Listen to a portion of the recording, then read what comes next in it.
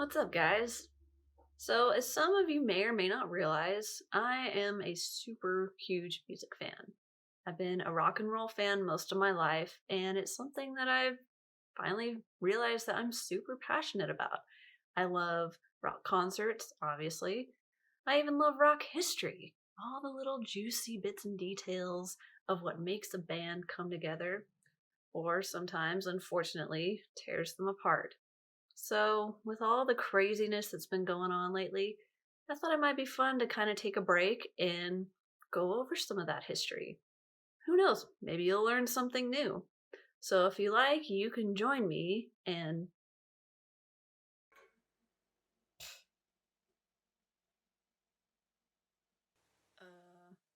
It's about bloody time. Who are you? Oh, me? I've always been here. You guys are seeing this, right? I'm just helping you put the fan in fanatic. Merchandise, random facts, and my personal favorite, interjecting random song lyrics into conversations. Oh dear. Pardon my existential crisis. Anyway, let's get on with the first band of today, Blue Oyster Cult. I probably don't need to tell you that they're famous for hits like Don't Fear the Reaper and Burning for You, just to name a couple. Which is fine, because we're not really here to talk about those today. We're actually here to talk about a few songs off of 1980's Cultosaurus Erectus. This album was produced by Martin Birch, whose amazing repertoire includes working with the likes of Black Sabbath and Iron Maiden. The album cover art is actually the central part of a painting by British artist Richard Clifton Day.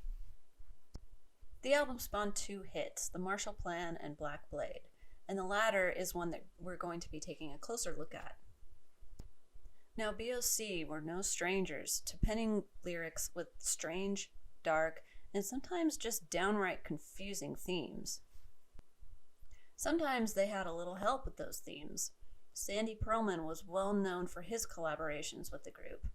Another person who may have not been as well known was British author Michael Moorcock. He's probably best known for his sci-fi fantasy series Elric of Melniboné. Elric is sort of an anti-hero. He has to travel through the universe and sometimes even time, balancing the forces of law and chaos. He also has a sword called Stormbringer, and that was the basis of Black Blade. You see, Stormbringer was no ordinary sword. Does Elric use it, or does it use Elric? I suppose you'll have to either listen to the song or read the books and decide for yourself.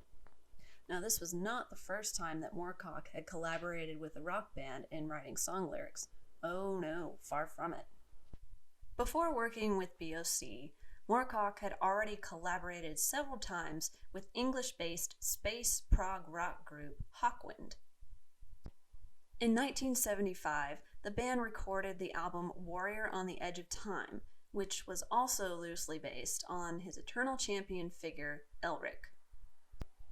If you've been staring at this picture thinking, hey, that one guy bears a vague resemblance to a certain mustache-sporting, sunglass-wearing bass player, then you, my friend, are absolutely correct.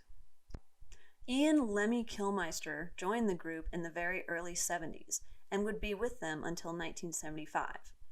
In fact, Warrior on the Edge of Time would be his last effort with the group, because the subsequent tour would ultimately see him be let go due to a misunderstanding over drugs. Gotta love rock and roll. Never one to let life keep him down for long, Lemmy would move on and ultimately end up forming, yep, you guessed it, Motorhead, which, coincidentally, is also the name of the last song that he wrote for Hawkwind. Motorhead released Ace of Spades in 1980, and it has been their most commercially successful album to date. The title track is one of the most, if not the most, recognizable song for these guys. Beyond Lemmy's trademark growling vocals and high-end gain-driven bass playing, another reason for their distinctive sound was guitar player Fast Eddie Clarke. Eddie left in 1982 due to personnel differences among the band members.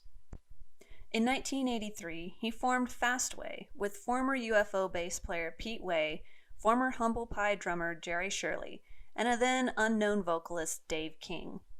Actually, I know, I'm getting to that. And while it's true that Fastway was supposed to be the namesake of Fast Eddie Clarke of Motorhead and bassist Pete Way, who had just left UFO, Way did not actually end up playing on the studio album. He, right before the recording was supposed to happen, and ended up forming Wasted. So the actual tracks are from session bass player Mickey Feet, even though he's not credited on the album. Crazy. As it turned out, Way was still under recording contract through Chrysalis Records, and at the same time received a tempting offer to go on tour with Ozzy Osbourne, after which he also formed his own solo group, Wasted. Wow, busy guy.